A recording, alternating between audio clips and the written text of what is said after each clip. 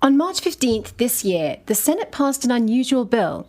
Senator Ed Markey is one of its sponsors. The Senate just passed daylight savings time to make it year-round. We're walking on sunshine. The Sunshine Protection Act would eliminate the ritual of changing the clocks twice a year. No more springing forward and falling back. No more losing an hour of sleep in March and gaining one in November. We could do a whole show debating the merits of a switch to permanent daylight saving time. The change raises lots of good questions. Would it throw off our body clocks to change the time permanently? Or is it the most rational way to make use of the daylight? But that's not the debate we're going to get into today, for the most part, because the way the Sunshine Protection Act passed is even stranger than the idea of changing time itself.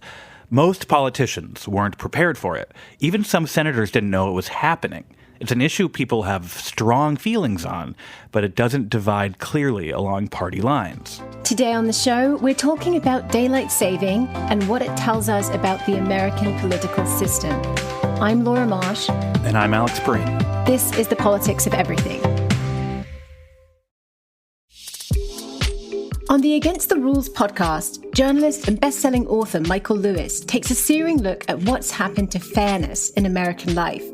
He's explored referees and coaches, and now he's tackling a new group, experts. Michael wants to know, why is a country so good at creating experts, so bad at figuring out who they are and taking their advice? He'll dive to the depths of the sea, swing by the playing field, and venture onto the stock market floor to find out. Listen to Against the Rules wherever you get your podcasts. We're talking about daylight saving time and the Sunshine Protection Act, a bill that would make daylight saving time permanent. It was recently passed in the Senate with unanimous consent. Paul McLeod, a politics writer for Buzzfeed News, recently wrote about the bill's surprising success. Paul, thanks for coming on the show. Happy to be here. So you wrote about the ins and outs of this. Why was everyone so surprised that the Sunshine Protection Act passed? Well, because things typically don't pass the Senate. It's not an institution that is known for efficiency of governance. This is a chamber where bills go to languish and die a slow death. So on a random Tuesday, when something of any importance actually slid through without any issue, a lot of people were quite stunned, and I was immediately suspicious, which is why I started asking people about what happened. And yeah, it turns out that this was a bit of a mistake. Even the senators I talked to, none of them expected this to happen. Explain for us, what is unanimous consent? Typically, the Senate has to vote on bills, right? And they have to get 60 votes. Yes, exactly. Unanimous consent is a different process. Most people don't even know about unanimous consent because nothing controversial ever gets passed through unanimous consent. And really, it's basically what it sounds like. A senator can get up in the chamber and say, hey, is it unanimous that we all agree that all of the debate is waived, all of the votes are waived, and we can just pass this bill as it is? And if no one objects, then it's done. But all it takes is a single senator to say, no, I object, hold on. And the bill goes nowhere. For something like daylight savings time, which there is a lot of debate and there is a lot of disagreement, and there are people who fully oppose it, it was unlikely that this unanimous consent was going to succeed. And just to get a sense of what unanimous consent is used for, I mean, what kind of bill would we typically expect to see passed this way? So there's two answers to that. The first answer is things that are, something important to someone's state that is fairly unobjectionable, sort of minor things. The second is actually some of the most important pieces of legislation that go before the Senate get involved in unanimous consent. They'll be working out these last-minute deals to, say, fund the entire government. And by the time they're done working this out in back rooms, there's not enough time to go through the full process. So what they'll do is they'll use unanimous consent to fast track the process. And this is why, if you ever hear, say, of Rand Paul causing a 5-day government shutdown, and you think, well, how can one senator do that? That's what's happening, is that both parties have agreed on a spending bill. They need to use unanimous consent to get it done quickly, and one senator is blocking it to make a political point. So the two things it's used for are a proclamation congratulating a senator's hometown sports team or yes, funding the entire United States government. Those are typically the two things it's used for. Yes. I mean, the Schoolhouse Rock version of bills getting studied and then going through debates. It typically is not what happens. I mean, usually the only things that get passed are passed when you have agreement between the parties, or at least enough of the parties to get to 60 votes. And then it's ferried through where often you'll have a bill renaming a post office or something. And then at the last moment, they will pretty much literally copy and paste huge pieces of legislation, important pieces of legislation onto that, what's called a legislative vehicle. And then they'll pass it within a day. So it's just a very distorted version of what the original intention of the Senate was. So given the way unanimous consent works, and given the way the Senate doesn't work, it kind of raises this question of, like, why wouldn't Bernie Sanders wait until all the Republican senators are asleep and most of the Democratic senators are asleep, and go to an empty Senate and say, I ask to pass Medicare for all by unanimous consent? There's kind of two answers to that. The first is that the convention of the Senate has long been that out of respect, you give every senator a notification so that they have the opportunity to object, so that unanimous consent truly is unanimous. The more accurate answer, though, is that as soon as one senator does this, as soon as one senator goes in and sneaks something through, both parties are now going to have babysitters. They're going to have people doing round-the-clock shifts in the Senate to make sure that no one goes in and tries to slip anything through unanimous consent. And these are senators. They don't want to do that. They want to be out fundraising and going to press releases. So there's just this agreement that no one tries it. And, in fairness, getting something through the Senate is not passing it into law. It still needs to go through the House. It still needs to be signed by the president. So it's not even a guarantee it would work anyway. But is that what happened in this case? Well, not exactly, no, because Marco Rubio, who is one of the two senators from Florida, where this is a very popular provision, he had announced that he was going to bring this up for unanimous consent. He had run what's called a hotline, which is where you just notify every of the other 99 senators that you're going to be doing it. And sure enough, one senator objected. Roger Wicker of Mississippi said, no, I think that kids are going to be going to school in the dark and they're going to be getting hit while they're waiting for a school bus, and I'm going to object to this. And in fact, they even bumped it back a day because Roger Wicker's flight was delayed, so he couldn't object on Monday. Marco Rubio agreed to move to Tuesday so that Wicker could object. He brings it up to the floor of the Senate, and Roger Wicker was nowhere to be found. And no one else objected either. And even Kristen Sinema, who was serving as the chair at the time, you could see was stunned and then broke out into this huge smile and sort of started fist pumping when it actually passed. So he went through the proper procedure, but what it seems like happened is that, one, a bunch of people assumed someone else was going to object, and two, a bunch of staffers just never told their bosses. Like, I talked to some people who were even in favor of it, and they had no idea what was happening. I talked to Rick Scott, who was the other Florida senator, who was a huge proponent of permanent daylight savings time, and he told me if he had known, he would have gone to the floor of the Senate and given a celebratory speech, but he had no idea what was happening. What a way to run a country. Why do you think those staffers didn't tell their bosses? Like, did they see this daylight savings thing and just file it under like, oh yeah, this is on the level of renaming a post office. I don't need to inform the person I work for about this. Yeah, that's basically what happened. So things get hotlined all the time. People throw out flyers all the time. And it seems that some of these legislative directors in these Senate offices essentially do a bit of triage where they don't bother their boss with everything. I talked to Senator Chris Coons of Delaware, and he said that's what happened in his office, is that his staff got this hotline for daylight savings time. They had never heard him talk about it once, and they figured he doesn't care, so they didn't even tell him. And he's saying this to me, and he goes, and in fairness, I don't know if I do. He's like, I don't know if I have an opinion. I've never stopped to think about it. But what I heard was that Tom Cotton of Arkansas is very opposed to permanent daylight savings time and would have objected, but his staff didn't tell him, and that he was pretty outraged afterwards and is now trying to work with Republicans in the House to get it killed there.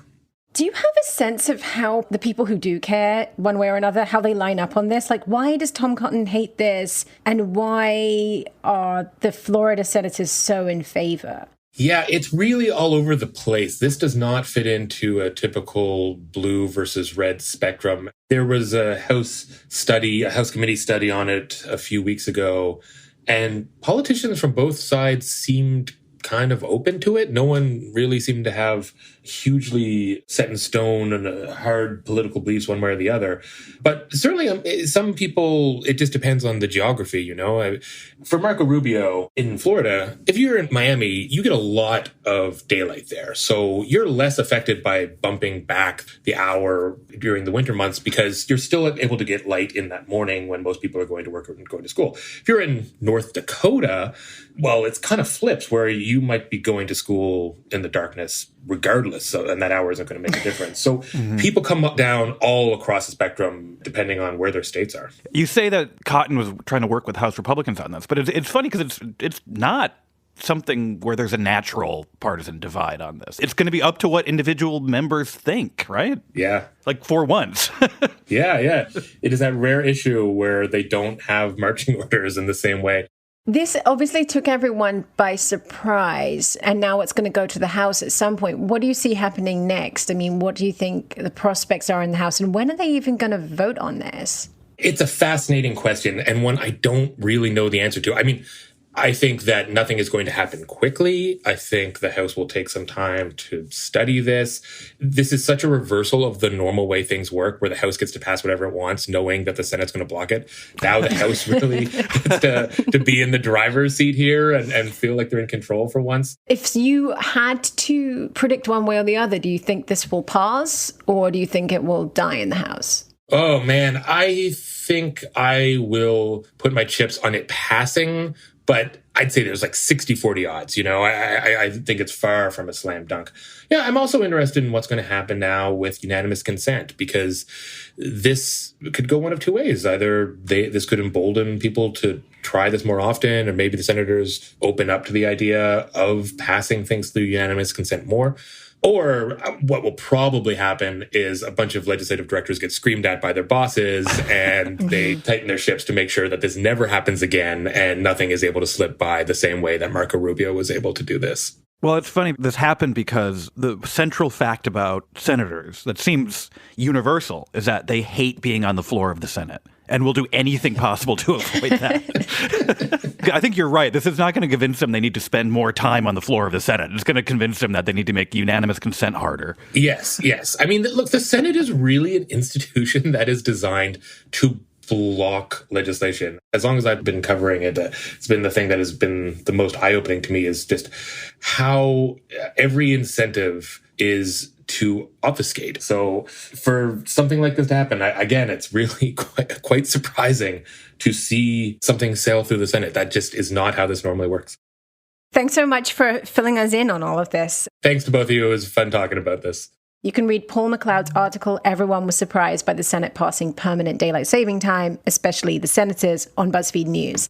So the Sunshine Protection Act was essentially passed by accident. But how did we get daylight saving time to begin with? After a short break, we'll be back to talk about the very organized and deliberate and not at all accidental history of changing the clocks. This episode is supported by NYU Press. Poetry is everywhere, from Amanda Gorman performing The Hill We Climb before the nation at Joe Biden's presidential inauguration, to Rupi Kaur's viral Insta Poetry. More Americans are reading and interacting with poetry than ever before. The new book, Avidly Reads Poetry, asks, why is poetry increasingly part of how people are responding to the world? Who and what is poetry for? Who does poetry include and exclude? And what can we learn from it? Avidly Reads Poetry explores these questions by mixing literary and cultural criticism with author Jacqueline Ardem's personal and often intimate relationship with poetry. Part of the best-selling Avidly Reads series, this slim book gives us a new way of looking at American culture, shattering the wall between poetry and the rest of us. Save 30% on this and other titles when you use code TNR30 at checkout on nyupress.org.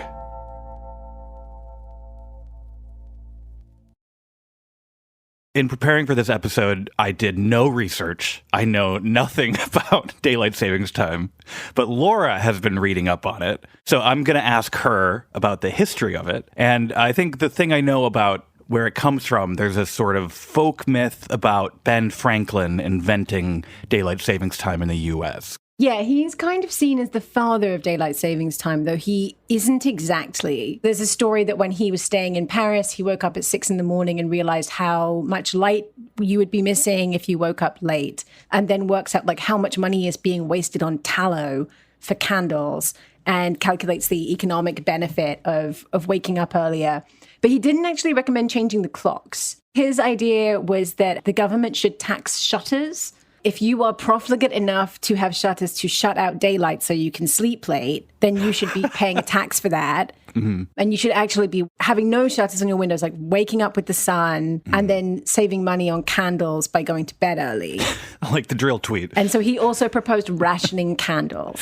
So if Ben Franklin didn't invent the idea of changing the clocks, who can we credit for this daylight saving time idea? The actual father of daylight savings is this person called William Willett, who was a British house builder who was like obsessed with light and was very well known for building these like beautiful light-filled townhouses.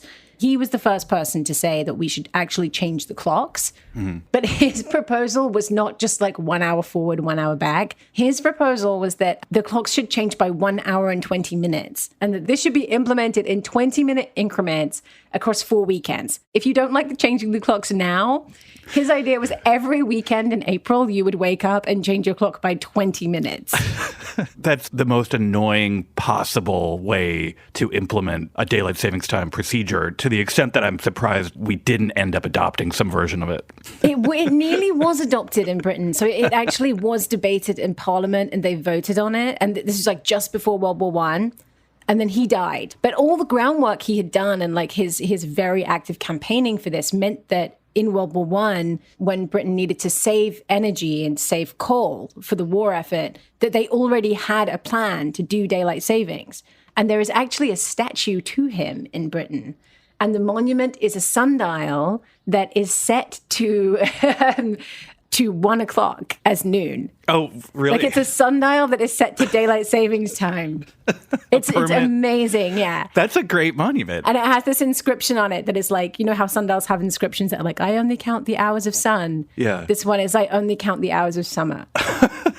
In the U.S., we got it in World War I as well. Is that right? Yes, but much later. The first country to implement daylight savings is actually Germany in World War I. They just do it right away to save coal. And then all the other countries in Europe do it to sort of compete, because it is actually a huge energy savings. They calculated it was like, it reduces domestic energy consumption at that time by 20% and was a savings of 1% across the whole economy, which doesn't sound like much, but actually 1% of the whole nation's energy usage is really high. Yeah. The US doesn't adopt it till 1918. Mm-hmm. They're very reluctant to adopt it. So we adopt it late, daylight savings time, but it's not continuous. We quit it right after. What happened? Why did we get off of daylight savings? So there are a lot of people who didn't like daylight savings time. Farmers do not like daylight savings time because they can't change what they do by 1 hour. They can't start mowing fields or cutting hay before all of the morning dew has burned off because their machines don't work, stuff like that.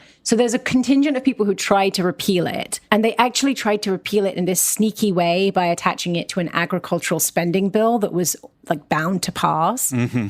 Woodrow Wilson vetoed that bill, and then they do it again, and he vetoes the bill again, but Congress overrides the veto, so it gets abolished. But what happened as a result was the US did not go back to what it had had before. It went back to what to me is like the most American policy solution ever, which is like a national patchwork, where every municipality is allowed to choose what time it runs on. And so you end up with a situation where, except in the two periods when we have national daylight savings, which is in World War I and World War II, 40% of the country is on daylight savings. But this is not a contiguous 40%. These are isolated towns. Some states have it, some don't. Within states, you have some cities that have it, but other areas that don't. Major cities in the same state that do not observe the same time. And in some cases, towns where there's like a federally run institution that observes daylight savings, but the rest of the town doesn't. And so there are two clocks in the town, one on standard time and one on daylight savings. And like, as you can imagine, this drives everyone crazy. Yeah. Well, I mean, that's federalism, baby. That's how we do things in the U.S. And that persisted until 1966. It must have made it really hard to figure out how to listen to Jack Benny on the radio. You had no idea what time he's going to come on.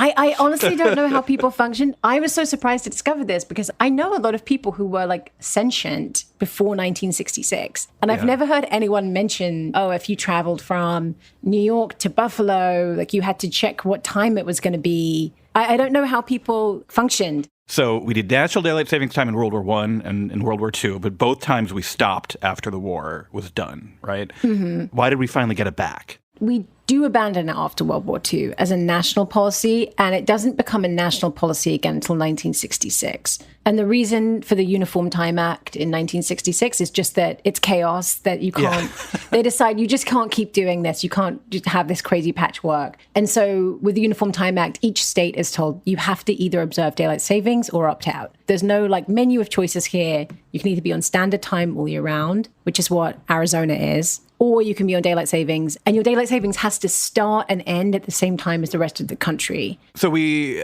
tell all the states you got to pick a side, but there were attempts around then to make daylight savings time permanent back then, right?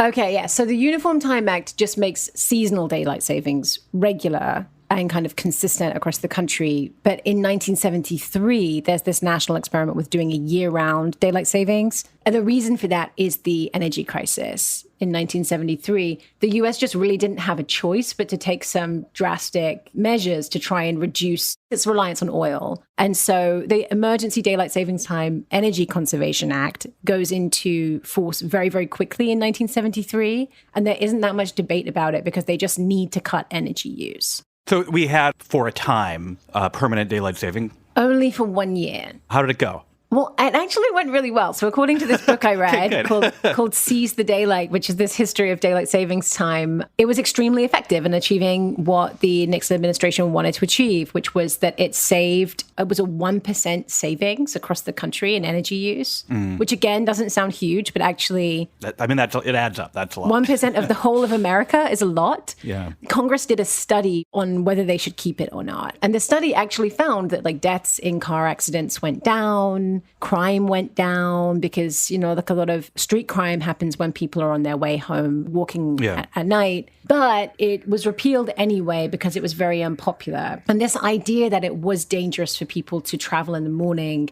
according to the author of this book, David Perot, is that stories of children being hit on their way to school resonate more with the public than stories of fewer adults dying in car crashes overall. Right. And so the emotional argument to get rid of it is stronger and just more powerful than any of the benefits that you can point to. The important thing to remember is that they did not actually really lose. So yes, the people who wanted daylight savings didn't get a permanent year-round daylight savings, but they did actually extend daylight savings as a result of the 1973 energy crisis. They actually added a couple of months to daylight savings. Did that regime last until Bush expanded it even further? It's actually been expanded a couple of times. Reagan expanded it too. It was just kind of tacked onto a Fire Prevention Act in the 80s. And then George Bush expanded it in 2005. It's always either a war or some hike in energy prices that causes this. And there never really is that much deliberation when that happens, even though there has historically been quite an intense debate. In light of the history of daylight saving time, the chaotic way the Sunshine Protection Act passed the Senate is a little bit less surprising. After a break, we'll be back to talk about what daylight saving time tells us about the American political system itself. This episode is supported by Democracy Decoded, a podcast by the Campaign Legal Center. If you're like me, you're probably a bit frustrated with the state of our political system today. Why does American democracy look the way it does? How can we make it more responsive to the people it was formed to serve? Host Simone Leeper speaks with experts from across the political spectrum and takes a deep dive into the forces fueling our elections, not just in our nation's capital, but at all levels of government. Democracy Decoded takes you on a journey into our campaign finance system. It looks at the effects of secret spending at both the federal and state level. It explores where and how foreign governments are spending to attempt to influence our American elections. And it investigates the fight against the outsized influence wealthy special interests have on local elections. Tune in to learn more about how we can use innovative ideas to build a stronger, more transparent, accountable, and inclusive democracy. Find the show at democracydecoded.org or wherever you get your podcasts. Would you like to hear more from TNR? Every day, our writers and editors work to bring you the reporting and analysis you need to make sense of the world. But we can't do it without you. Please consider subscribing to The New Republic with our special offer at tnr.com/special offer. That's tnr.com/special offer. We're speaking now with author and political scientist Ed Burmila about Congress. How could daylight saving time, of all things, pass in a highly partisan, mostly deadlocked system? Ed, thanks so much for joining us. Thanks for having me. If you were ranking all of the many accomplishments of the United States Congress, and specifically the Senate of this year so far, the many bills they've passed, the many victories that leadership has won, where on that list would you rank the passage of the Sunshine Protection Act? Well, it's got to be right near the top, given that I'm having a difficult time thinking of other accomplishments they've had recently in the chamber. When this went through in the Senate, I think some people looked at it and said, oh, well, this is like the one thing that Republicans and Democrats can agree on. And in fact, Senator Ed Markey, who's been a long time proponent of permanent daylight savings, even said in his speech that this was an example of bridging ideological divisions with, quote, bringing liberal Democrats from the Northeast, conservative Republicans from Florida together, quote, to show that this institution can work. In Ed Markey's description, daylight savings is proof that the United States Senate can get things done, that they can overcome their partisan division. What do you think of that? It's interesting to me that this continually is framed as a bipartisan issue, or it's, he describes it as bipartisan when really the issue is that it's nonpartisan. And I think that's an important distinction. Bipartisan implies that we're getting some sort of consensus on an ideological issue. This is an issue where neither interest groups and economic interests, they can't figure out whether this is going to benefit them or not, even within single industries like the bar and restaurant industry. If you're a bar or restaurant that has a lot of picnic table, outdoor type seating in business, an extra hour of daylight in the evening during winter is a bonus. If you're a traditional sort of indoor only bar, extra daylight in the evening in winter means you're waiting an additional hour before your customers come in. So even within a single industry, that's just an example of how little consensus there is. So it's more confusion than bipartisanship, in my view. Right. So universal confusion is not bipartisan, it's nonpartisan. Universal agreement of some kind is bipartisan. That is an excellent definition, and you should trademark that as soon as we're done with this. I also want to ask Alex Pareene about this because, Alex, I find it funny that a senator would say this was an example of the United States Senate working. Like this bill that passed without any deliberation is somehow proof that the institution is working and is at its best. I think even in the public reception, before we had additional reporting about how this happened, people were like, oh, Congress, they finally came together to do this. But I mean, it was passed by accident. And I think it speaks to the actual reality of the chamber of the United States Senate, that it can only manage to get things done by mistake. Yeah, it's almost as if rather than an example of some kind of victory for the institution working as can, it just suggests that if an issue is of low enough salience and nobody can figure out whether or not to oppose or support it, we can kind of sneak it by. Well, that's the ultimate joke here, is that the Senate conceives of itself as the world's most deliberative body. Mm-hmm. And daylight savings, I mean, we can and we are talking about the costs and benefits of daylight savings, having a conversation. We could try to convince each other of things. We could try to be persuasive about it. In theory, senators are supposed to do that and then deliberatively come to an agreement. And instead, they just had a sort of sneak unanimous consent vote that caught a bunch of people by surprise. Yeah, the ultimate form of deliberation is simply passing something because, we intuit that everyone agrees with it. Very strange example of what the Senate is supposed to be good at. It seems like a lot of the anxiety with some of the senators who missed this, and then also I think for some of the representatives who will ultimately have to face this in the House if it goes to a vote there, is that people can't work out, is there a clear partisan line you can take on this? This is something Alex and I have been kind of trying to figure out in our conversations. Is daylight savings inherently a left position because it represents a kind of utopian project to change reality in the same way that the French Revolutionary calendar did? Well, look what happened to that. And is standard time inherently right wing? Is it kind of a paleo-conservative thing? Yeah, standard time is trad, right? It's traditional. We have to try very hard and put our expensive liberal arts educations, turn them up to their maximum output in order to make arguments like that. I mean, if there were a clear partisan divide on that, this would be much easier for the House to deal with. Joe Biden would be saying, hell yeah, I'm all for it, if we could say Democrats and, permanent daylight savings went together naturally. They simply don't, though. They're totally plausible arguments to make on both sides because we're not changing anything so much as we're just making a different kind of adjustment to how the seasons affect what we do. It's almost like our system doesn't know how to process an issue that doesn't have the two sides sort of camped out on either side, right? Well, it doesn't. Yeah. It doesn't. And that's why in legislatures, parties are absolutely essential. The political parties are not something Americans hold in very high regard. But when you take them away from a legislature, the most likely result is going to be chaos. When you can't just look at the person next to you in your party Senate caucus and say, how are we voting on this? Yeah. Suddenly everything goes haywire and nobody's quite sure what to do. And you end up with Tom Cotton mad and Marco Rubio happy. A lot of Americans, I think, have a naive attachment to the idea that if the parties could get along or if everything were nonpartisan, everything would work better. But as you say, you get chaos, but you also just sort of get ruled by lobbyists in that case. You do.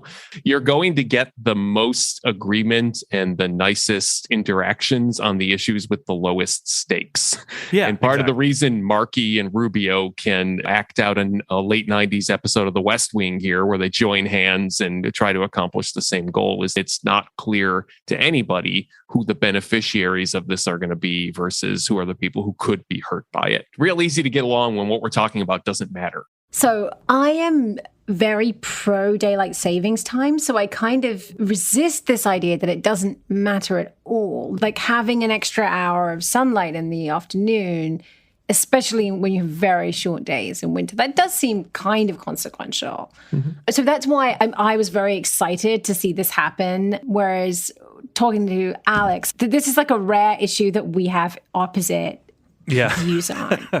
Yeah. Famous contrarian Alex Pareene. Exactly. Yeah. I mean, I love daylight as much as the next person. Oh, you say that, but here comes the buts. But now I'm a fan of sunlight, but I do just have this sort of curmudgeonly belief that noon should be noon, on the sundial. That's noon. And daylight savings time, I enjoy the extra hour, but I'm getting the same amount of sunlight in my day. The clock is not the thing keeping me from enjoying it. It's what my work says or what if I'm a kid, what my school says. I'm in favor of standard time for all and then just more leisure time for everyone as well. That would be a harder thing to pass on unanimous consent in the Senate, though. So, I mean, I completely get Alex's point, which is look, if you want to be working less when you have these scarce, precious hours of sunlight, especially in the winter when it's easy to be deprived of sunlight and all the benefits that brings, then you should just change work. You should regulate workplaces. You should have, I don't know, a 30-hour week. There are all kinds of things you could do, right, to provide that. But daylight savings time is kind of this technocratic, bland fix that allows you to have some of that benefit without making it look like you're actually transforming society in a way that, look, Marco Rubio is not going to get behind. The concept of the politics of time is fascinating to me, especially when you realize we can do anything we want with it. It's almost too much freedom, and we want the choices narrowed down somehow. What would be your ideal regime of yearly timekeeping, Ed? I think that it's irrelevant because anyone we choose, as long as we don't change it regularly, we are dealing with the same fundamental physical forces and we will adjust to it. My preferred outcome is that there is an outcome. Just pick something, because what messes with people is the technocratic attempt to constantly be refining and perfecting what we really have very limited control over. I mean, it's refreshing to me how simple the terms of this debate are, which is add one, take one away, or keep doing the same. And that no one is proposing like a means tested or like work requirement to get daylight savings. Like you have to be employed for so many hours a week to be allowed to have this extra hour. Like in qualified low income communities, something. Yeah, that feels like the kind of policy that would emerge if this had been properly debated and really honed. Additional daylight in the form of a tax credit at the end of the year. You get a daylight credits with your 1040. Laura, I think that's a fantastic point. The simpler we make the debates, the quote unquote, better qualitatively we see the Senate working. Part of the reason why this is being lauded as an example of the Senate working well is because their options are so restricted. Nobody can propose a technocratic solution where we actually make the sun shine for an extra hour a day or whatever. Nobody can propose anything that's way out there, like we shift the time 7 hours for the fall or something like that. They're really limited. And the more those options are limited, the less irritating the debate seems for the rest of us, because it really is straightforward. Now that you've said that, there will be daylight savings related attack ads by shadowy dark money groups. Right. Somewhere in Kirsten Sinema's office right now, a staffer just felt a tickle on the back of their neck and they're like, I've got to f this up somehow. Well, thanks so much for talking to us about this, Ed. I appreciate you having me on. It's always been my dream, honestly, to talk about daylight savings time in a legitimate forum. So not just on a bar stool. You think I'm kidding right now, but actually most bartenders, they cut me off after about 5 minutes and say, okay, are you going to buy a drink or not? Thank you. Ed Burmila's book, Chaotic Neutral, How the Democrats Lost Their Soul in the Center, will be out in September. The Politics of Everything is co-produced by Talkhouse. Emily Cook is our executive producer. Myron Kaplan is our audio editor. If you enjoy the show and you want to help support it, one thing you can do is rate and review it wherever you get your podcasts. Every review helps. Thanks for listening. This show is part of the Pro-Democracy Podcast Coalition. It's a group of over 100 podcasts that have pledged to spread the word about the state of American democracy. We're partnering with the nonpartisan group Represent Us to promote efforts to protect the freedom to vote and to pass laws that'll make our government truly inclusive. America's democracy faces urgent threats, but there are ways we can build a fairer path forward together. Visit represent.us/podcast to learn more.